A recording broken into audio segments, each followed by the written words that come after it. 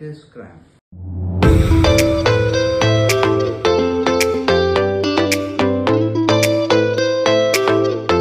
അല്ലെങ്കിൽ ആളുകൾ സ്ഥിരമായിട്ട് എഴുതുന്ന ആളുകൾ, അവർക്ക് എഴുതുമ്പോൾ കൈയെഴുത്ത് മോശമാവുക, ബാഗിൽ നിന്ന് ചെക്ക് മടങ്ങി വരിക, അല്ലെങ്കിൽ സിഗ്നേച്ചർ വളരെ മോശമായി വരുന്ന, അല്ലെങ്കിൽ എഴുത്ത് തീരെ എഴുതാൻ ആദ്യം ചിലപ്പോൾ വിറയലായിരിക്കാം, ചിലപ്പോൾ എഴുത്ത് ഭയങ്കര സ്ട്രെയിൻ ആയിട്ട് എഴുതേണ്ടി വരും, അല്ലെങ്കിൽ എഴുതുമ്പോൾ എഴുത്ത് വേറെ ആയി പോവുക, ചെറുതായി പോവുക, തീരെ എഴുതാൻ പറ്റാതെ, അങ്ങനെ പല തരത്തിലുള്ള.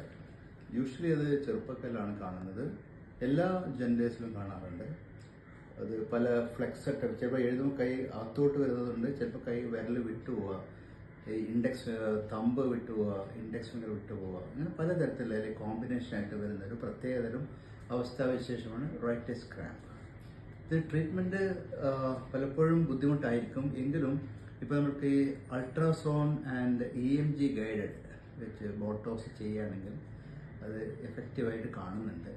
മറ്റു മരുന്നൊന്നും എഫക്റ്റീവ് അല്ല എന്ന് തോന്നുകയാണെങ്കിൽ നമുക്ക് ഈ ultrasound and EMG guided botulinum toxin injection കൊടുക്കുകയാണെങ്കിൽ ആ ഓവർ ആക്റ്റീവ് മസിൽസിനെ നമുക്ക് നോർമലാക്കാൻ പറ്റും.